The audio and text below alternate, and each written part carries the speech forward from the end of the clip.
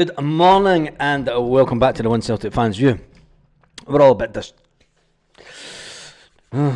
morning, the night after the day before. Let's not get too disjointed about it, because let's face it, this has been the best Champions League campaign that we've had in a long time. Usually when we get to the beginning of December, we're like, well, that was rubbish, wasn't it? And it's not been rubbish, right? It's not been rubbish. It's been a fantastic Champions League, and we've had some fantastic results. Last night, we're complaining about a draw, and we're disheartened about the fact that we managed to get a draw in the Champions League against one of the better sides that were playing in the Champions League. They thought that we were the weakest side that they've come up against yet. Their media, and they said in their media that they think that they should have won. If they think that they should have won, Celtic and Auston Trusty told the media last night about how angry the Celtic players were because they should have won. And when you look at the chances that Celtic had, and you go say, but they had chances as well. The fact that their only goal came by way of a mistake, and yes, it was a massive, massive mistake, and it was a mistake that had to come from the man himself. It had to come from Cameron Carter-Vickers, and Cameron Carter-Vickers spoke to the media just the day before and spoke about the fact, the man himself, it had to come from Cameron Carter-Vickers. He spoke about the fact that we need to stop with the silly little mistakes, and it was Cameron Carter-Vickers himself that had a silly little mistake. Me, for one, I'm not disjointed, because when we look at the Champions League table this morning, Liverpool top the table on 15 points, Inter Milan 13 points in second place, Barcelona 12 points. The table's actually really tight, and who can actually get into the top 8? It's going to go down to the wire. It is going to go down to the wire. Who? Well, give me a second. Can decides to play with a bone when I'm fucking live. Don't go through that. Sorry about that. So let's get on to the Celtic end of the table. When we look at the Celtic end of the table, we are down to 20th position, and it's still really tight. I mean, Celtic are sitting on 0 goal difference. We are sitting on a 0 goal difference. We need to try and get a positive. We need to try and get into positive territory when it comes to goals, and that alone will put us up league positions. I mean, if we were sitting on +4, for instance, we would jump up 2 positions. If we had won the game last night, we would have jumped up about 10 positions. Maybe not 10, but maybe, let me see. Yeah, we'd be sitting on 10 points. So we would be sitting in 13th position if we had won. So that's the fine margins of error, and it's a case of 10s. You know, it is what it is. It was a Champions League game. Let's listen to what Alistair Johnston had to say about the game last night, because before we listen to Brendan Rodgers, let's just listen to Ali Johnson on the match. Hard earned, but the manager described this point and every other one at this level as valuable. Would you share those sentiments? Yes. Yeah, at this level, every point is hard earned, and Yep. it adds up, and I think that's the most important thing. And I think the Gaffer made a great point, is that, you know, if you're not going to find a way to win a match, you need to make sure that you don't lose it at this level, especially at home. We didn't have a great first half. Obviously, going to halftime 1-0 down, they're causing us quite a bit of problems, but I think that we came out in the second half, made some tactical changes, and I think that really helped. Again, I can't fault the guys' effort. The guys put everything into that. Obviously, got a great equalizer from Dyson. Some finish that was, and you know, we had chances to find a winner. But at the same time, I think both teams will look at that and feel that a draw is probably pretty fair on the basic things. I don't think that they created a ton, and I don't think we created a ton. Obviously, we got a little bit lucky with the goal that was called back from them, but even then I thought that we were still in the ascendancy and looked more likely to score a winner after that was called back. But at the same time, got to move on 1 point and go from there. It felt like there was a puzzle to solve in the first half tactically. Did anything take you by surprise about how Bruges approached this match tonight? Yes and no. I mean, I think that we expected them to come out and be, pretty positive, but at the same time is that I think what they'd shown in previous matches, they were a bit more aggressive potentially at home than away. So I think that kind of surprised us a little bit. But I think that our ability to change at halftime shows how far we've come in terms of, we weren't just going to let that go idle and and just accept that. We really changed how we pressed, and I think we made it a lot more difficult for them in the second half to get out, because in the first half it was exactly that. We were kind of half and half. We were pressing, but we weren't. We were keeping one guy probably one too many back, and they're a good team. I mean, they found spots, they found really good pockets, got turned, and were dangerous. And made us defend our final third quite a few times in transition. So I think that we learned from that, and we saw in the second half that we were a lot more compact, but also comfortable with going man-to-man kind of all over the pitch and making it more difficult for them. It's interesting that Alistair Johnston talks about that, because I spoke about it before the game even started. I said it looks like they're going to go with a midfield 5, and I was right. They went with a midfield 5. They pushed Celtic. They opened up. I mean, initially when you looked on the Celtic website, the way that they were lining up, it looked as if there was going to be a space in where Callum McGregor was. But when you looked at the way they were lining up, I said that they're going to go for a midfield 5 and try and smother Celtic, and they know that Celtic only play with a midfield 3, and there lies the problem. And Brendan Rodgers, I've spoke about it before about that Celtic need to have the ability to change to even a 3-5-2. We do it with Greg Taylor coming into the middle of the park, but Greg Taylor was found wanting again last night. He didn't have his best games, did he? But it is what it is. We've got a fantastic draw, so let's listen to the rest of Ali Johnson this morning. Commentators have made note of the strength of our squad this season. How important were the changes that were made in personnel as well as tactics tonight? Well, everyone's going to jump on that one, aren't they? Paulo Bernardo needs to start. Alex Bailly needs to start. It's as simple as that. People are saying, how could you start Alex Bailly when he's not going to be with us at the end of the season? Why should we bring on another? Well, look at Greg Taylor last night. Greg Taylor's not going to be with us after Christmas. Alex Bailly is going to be with us after Christmas. We need to start playing him now so that he's a lot more comfortable with the team. And you've got to see the changes that when he came on last night. And as for Paulo Bernardo, he's going to feel a bit. Do you know what? Celtic really wanted me, and I wanted to come back, and I thought I was going to be that midfield maestro type player that they had under Matt O'Reilly. But then we went out and spent 11 million on Arne Engels, and the manager went with Arne Engels, and I said it in the run up to the game. I think that the manager would go with Paulo Bernardo due to his exploits at international level. Okay, you're going to say it's the under-21s at international level. Arne Engels was playing for the full national team. It came out in the press that Arne Engels kind of disappeared in the game for the international just a week or so ago. As for Paulo Bernardo, he grabs the bull by the horn. He's the one that actually, he's got a bit of engine about him in that midfield. And I think that for the very few minutes that he was on, I think he actually outshone Arne Engels and Rio Hatate. No, it's exactly that. I mean, the strength of the squad is one of our, kind of core pillars of this club, and it's so important because, again, you look at the schedule, as well as anyone, that it really is a match every 3 or 4 days, and it's constantly recovery, playing.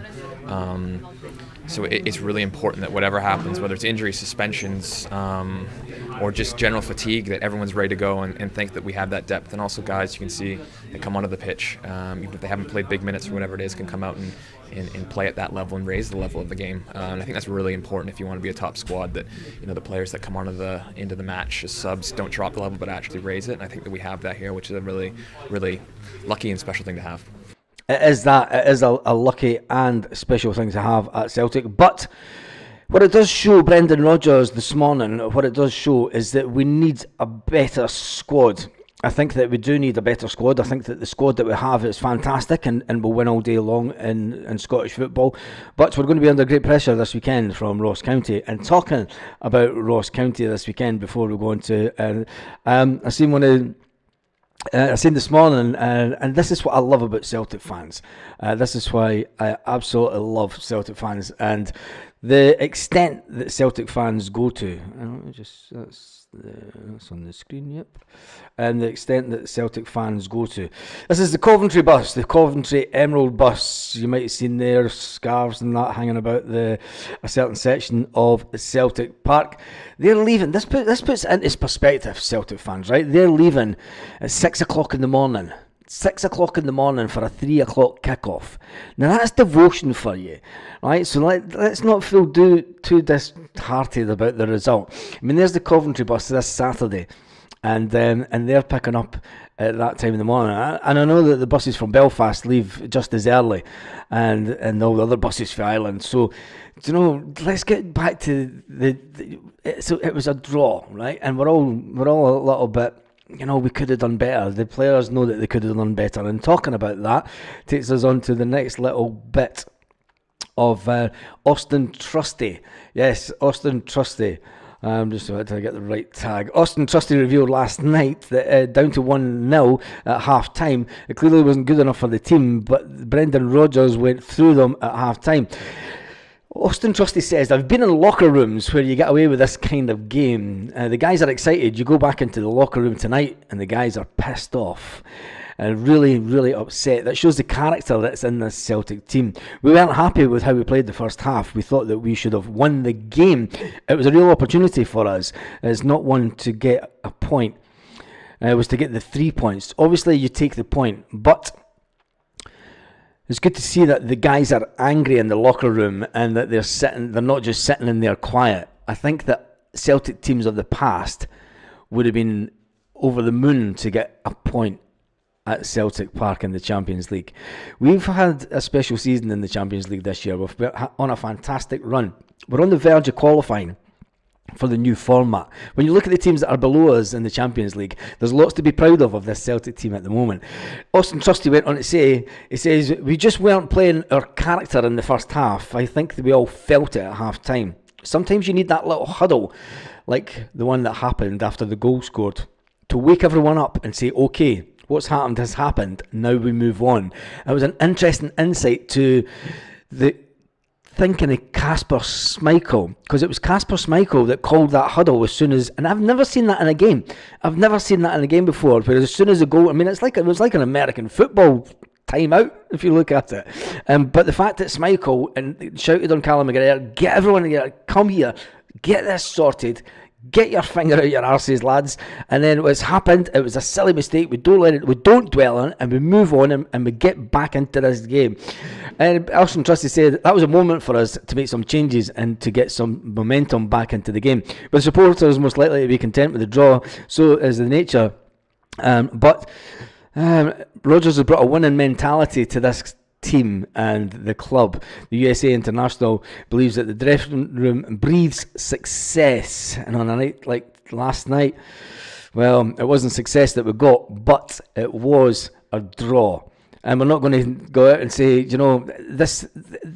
We're not going to celebrate this draw like we did the one in Atalanta, because when you look at the results that Atalanta have had in the Champions League, that was a massive, massive night.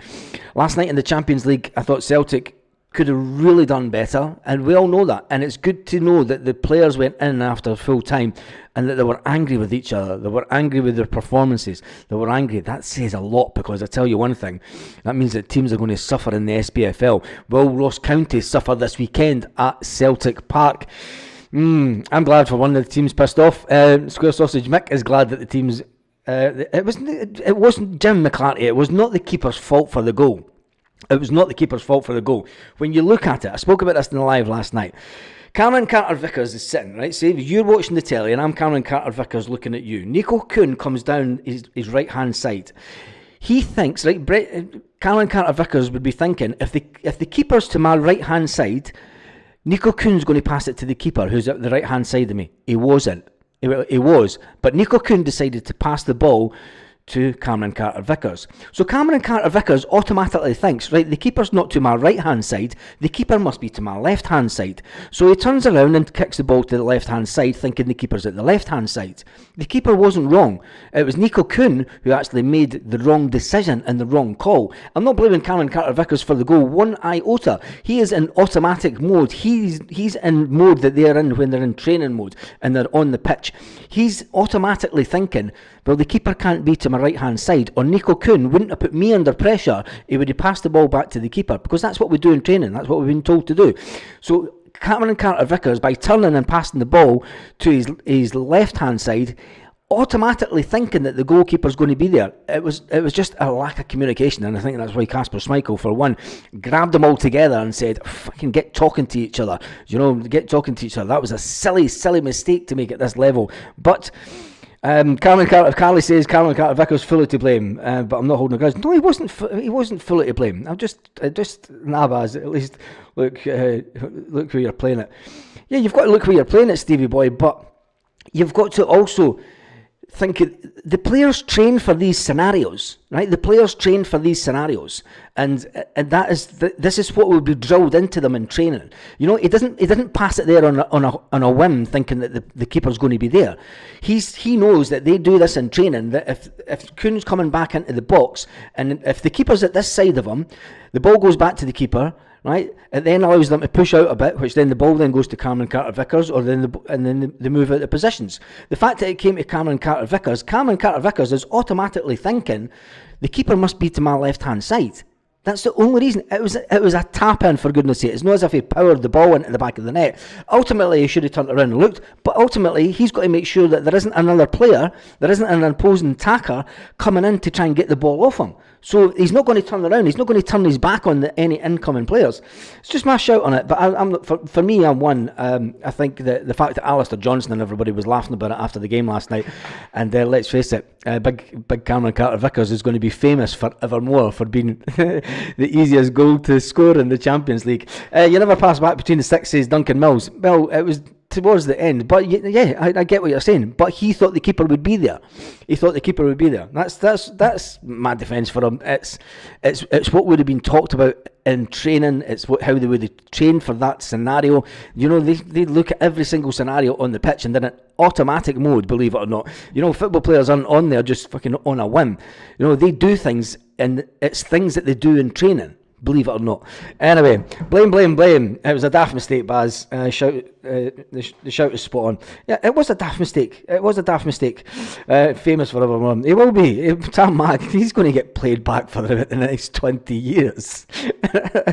It's going to be like, who scored the easiest goal for Celtic in the Champions League ever? Cameron Carter-Vickers. Your goal, Cammy. You're in there, big lad. Anyway, me for one, I'm not too disheartened about the score last night. When you look at it, we're still in the mix for the Champions League, and we've got a massive game with Ross County this weekend. Disaster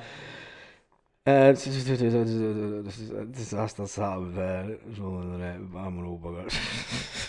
I don't like this blame game, and I'm not blaming anybody for it. You know, if anything, it was a miscommunication, and that's why. If you look at the reaction of Kasper Schmeichel, it was a miscommunication, and that's why he grabbed them together and says, "Right, come on." Anyway, 40 years from now, big Kasper and Cameron Carter-Vickers beside the fire.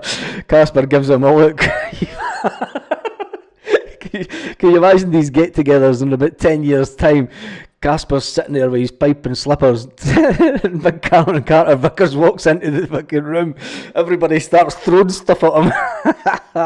Anyway, we're still in it, says Francis Doland. We are still in it, and we're still in the Champions League. And I tell you one thing, I'd rather be in the Champions League in the position that we are in rather than any other league, because this is the big boys club. Anyway, let's listen to Callum McGregor and see what Callum had to say about the game last night, and see how he feared that it was a fair result or not. Spoils tonight, is that a fair reflection on the 90 plus minutes we've just seen? Yeah, I think so. They shared the first half, we shared the second half, and I thought once we got to grips with the game, probably 10 minutes or so to go in the first half, we started then making some passes and gaining a bit of territory and disorganising them a little bit. The second half, another step on top of that, more aggressive against the ball and turn a lot more turnovers, and then we've got control of the game at that point. So yeah, I think on the whole, probably a point's a fair result. It felt like a real tactical battle. How much credit do you give to the opposition and then to yourselves for overcoming that as the game went on? Yeah. Listen, this level's really, really testing, tests you in every aspect of the game. So you come up against these teams, and they're very, very good. They beat Aston Villa at home last time out, so It tells you. To be fair, that was a penalty, and I think it was a lucky penalty. The level of opponent you're playing against, and the coaches and the teams are well tactically set up. If you do something, they'll change, and like you said, it was interesting. It took us a while to get to grips with that, but once we worked it out, we were a lot more aggressive in the game, and then, like I said, we were probably the aggressor looking to try and win the game.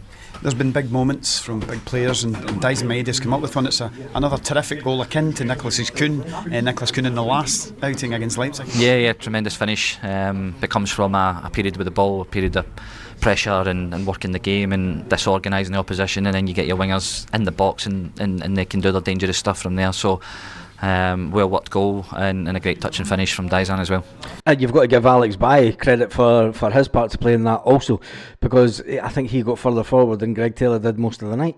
As a squad, how does this feel now with another point on the board in the Champions League? Where does this leave us confidence-wise and qualification-wise? Yeah, listen, it's another point in the right direction, you know, especially at this level. If you have a game like that, it's important that you don't lose it, you keep yourself moving in the right direction, you keep the momentum going.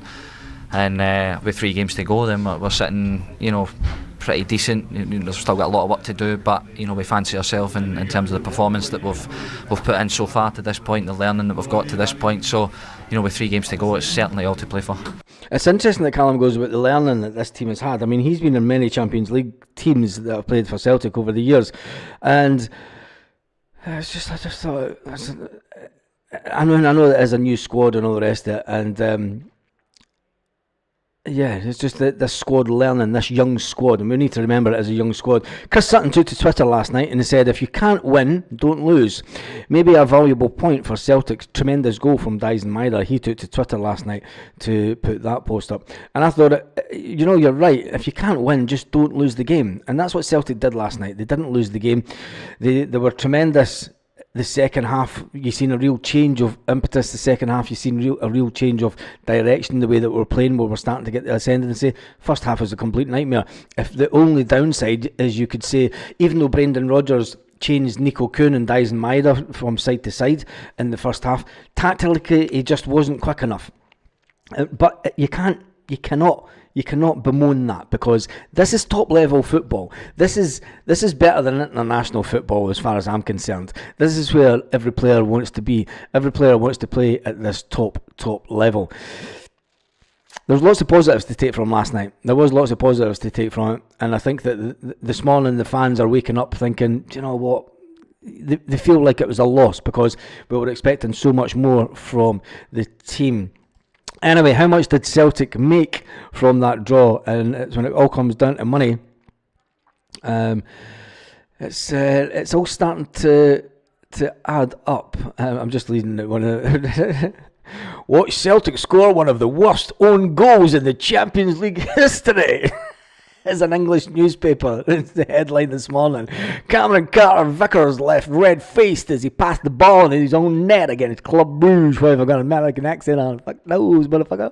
Anyway, Celtic scored one of the worst goals in Champions League own goal history, with the Cameron Carter-Vickers being left humiliated. And then I'm going to put this picture up, actually, and this is going to show you that the way that I described it is right, because he obviously never knew. I mean, let me just get this picture and stick this up onto the live.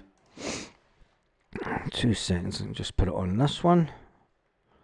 So this shows you the positioning, and yes, Cameron Carter-Vickers. Let's make it full screen and we'll show that. Yes, Cameron Carter-Vickers should have turned around and think, but then it just shows you that Kasper Schmeichel moves out to the right hand side of his goal thinking that he's going to get the ball from Nico Kuhn. Nico Kuhn then passes it to Cameron Carter-Vickers, who thinks that the goalkeeper must be to his left hand side. So turns the ball, makes sure it's away from the player, and Kasper Schmeichel is nowhere to be seen. So there it's in black and white for all you old geezers. It's in colour, but a lot of your eyesight's will be going, so you maybe think it's in black and white. Anyway, we are sitting on 19,953 subscribers this morning. What else can we go on about? What could we have a good old morning? Oh yeah, that's what I was going to talk about. Club Brugge. Yeah, Club Brugge thought that they should win. We've done that one. Club Brugge see it as a missed opportunity. When you see what the foreign media are coming out with it, saying there was only one player that could make the change, and that was Dyson Maida. Anyway, that's me done and dusted for this morning. Chris Sutton, yeah, we've done that one as well. And should we listen to Brendan Rodgers? Let's just listen to Brendan Rodgers and see what he had to say about last night. I thought first half we were too passive in our pressing, and we were never in contention with them. And then and they're a good side, you can see that. And then they played through that, pressure really well. So I thought first half they were the better team. We had moments when we came through the pitch over the halfway line and looked a threat, but we. I thought the pressing wasn't so good. They played through it too easy, and then with the ball we were too slow and slow in our movements and slow in taking the ball. Second half was much better. I think from the very start we spoke about it at half time, and then I thought we were the better team in the second half. Get a great goal, and they defend well. They man mark you, so you really have to work the ball and probe and get it side to side to penetrate, and we did that for the goal. Fantastic goal by Dyson, and then from then it felt like we could go on and win the game. So, but listen, a point at this level, like we've seen in Atalanta, it's so important. And it is so important. I actually called it out to my brother last night during the first half. We were texting each other, and I said, look, Nico Kuhn's getting man-marked out the game. Nico Kuhn, and that's why Brendan Rodgers saw that in the first half, and they knew that Nico Kuhn was the danger man for Celtic, and the man marked him out the game. They did well. I mean, they doubled up on him and everything in the first half. So, and it is all about levels, I suppose. And I've been in enough of these games and sat here enough times to be in a game like that, and you end up losing it. So we didn't do that, and it's a great credit to the players and how they fought right to the end. Yep. The nature of the goal you concede, is it just one of those freak incidents that you sort of got to take in the chin? You obviously don't see Cameron make many mistakes like that. No, I think we'll look back on the goal and we should have been much quicker into position. We were too slow getting into position, and that ended up the ball then having to come back again. So we're in a good defensive position. Goes back to the keeper. We have to get into positions early. If we can do that, then we'll get through the pitch, but instead we didn't. And so that's basically talking about the ball that went out to Nico Kuhn, and Nico Kuhn had to come back the way because they were getting pressed. Celtic were getting pressed so hard. So I was right, wasn't I? And then end up, like you say, it's just one of those things. So, but our reaction, we've gone behind here twice, and at this level, which is a really, really high level, and we've come back and fought our way back into the game to win one and draw one. So, in years gone by, Celtic would never have won those two games. The Leipzig one, Celtic went behind. We would never have won that a few years ago. This game, we went behind. We managed to get a draw, but we were unlucky towards the end. Rio Hatate headers the ball when he should have really flicked it back to Kyogo, who was sitting unmarked on the back post. That's maybe a little thing. Kyogo should have hit the back of the net rather than hitting it wide. Arne Engels should have looked up when he hit the ball rather than turning and trying to hit it and then getting it over the crossbar. There's lots of things to look at. It was just one of them things. A lot's been made about that 10-point mark, and obviously fans wanted to get to tonight. How encouraging is it ultimately to still have the cushion and the chance to do it the next time? Yeah, we'd all love to get it tonight, wouldn't we? But unfortunately we're playing against a really, really good team. And the players take a point, and I thought they showed a great courage in the second half, because like I said, we weren't at our level in the first half, and sometimes a game like that can get away from you, but it didn't. We stayed with it, showed that determination, showed that mentality, never to quit, to keep going, and then we were much better, much freer in the second half. So we're on 8 points, 9 to play for. We can still get to very much on course to get to where we want to get to, and I think it's 12 points. Yeah, still 3 games to go. Yeah. What adjustments did you have to make or tell the players to make in terms of responding to what Bruges did in the first half to turn it around? Yeah, well, we're just up. We pushed Dyson up higher to press on the centre half, and brought Rio back in to mark the midfield player, the controlling player, and then release our left back up to press their full back. So just swing and tilt the press a wee bit, and from that they didn't get out so much, and so that was really pleasing, and the guys take that on board, and tactically they were very good in the second half.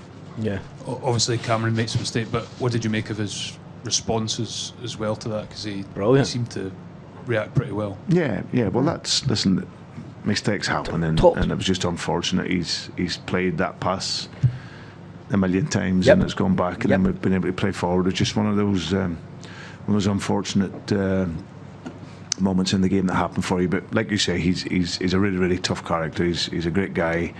He picked himself up. He was really strong and aggressive again in the game, and got on with it, and had a real bravery in the second half, because he was the one carrying the ball forward for us to start the attack. Yeah. Being a home game, did it feel like a missed opportunity to get those 3 points you might need to progress, or do you feel comfortable overall with the performance and with the games left? No, I think clearly we would want to have played like we did against Leipzig and take 3 points and then enjoy the performance level. But we're playing against a good team tonight, who were well organised, good technicians, and if you waste the 45 minutes like we did in the first half, then they can punish you, which they did do. But I can only, as I said, credit the players for the second half, because we have to fight, and at this level we're still, one of those teams that's really pushing to try and make a mark at this level. So to make the comeback, score the goal, play with that courage, and I was so pleased. So you want to win, but as I said, I've been here enough times to have lost a game like that. Yeah. But we didn't. We showed a real strong mentality, and we kept pushing right to the very end. And and the players did well. They did. In the end, they did do well. When you look at it and you look at the Champions League table, we are sitting in 20th position, and I think that Celtic would have known that they need at least between 10 and 12 points to qualify. When you look at the teams that are around about us, we're in not a bad vein of form. When you look at Real Madrid, who are sitting on 6 points and 2 points behind Celtic, you would have taken that all day long. And I think that if any Celtic fan had been told that going into December we would sit with 8 points on the Champions League, if they said that wasn't going to be good enough, well, everyone before the Champions League started says we're going to need to get at least 10 points for it to be a good Champions League campaign. I thought we would need at least 10 to 12 points to qualify. Cameron Carter-Vickers played that pass a million times, Brendan Rodgers says, and it's one that he'll never forget. None of us will forget either. Anyway, on that note, I hope you have a fantastic day, Celtic fans, wherever you are around the world. I'm sure we'll have plenty to talk about later on today, because Brendan Rodgers will be back at the media today again. He'll be asked about this game again for around about 18 minutes, and then 3 minutes of the game, 3 minutes of the interview this afternoon, we'll be talking about the Ross County game this weekend. On that note, have a fantastic day, Celtic fans, wherever you are all around the world. You can't take my smile off the face. We're on 8 points in the Champions League.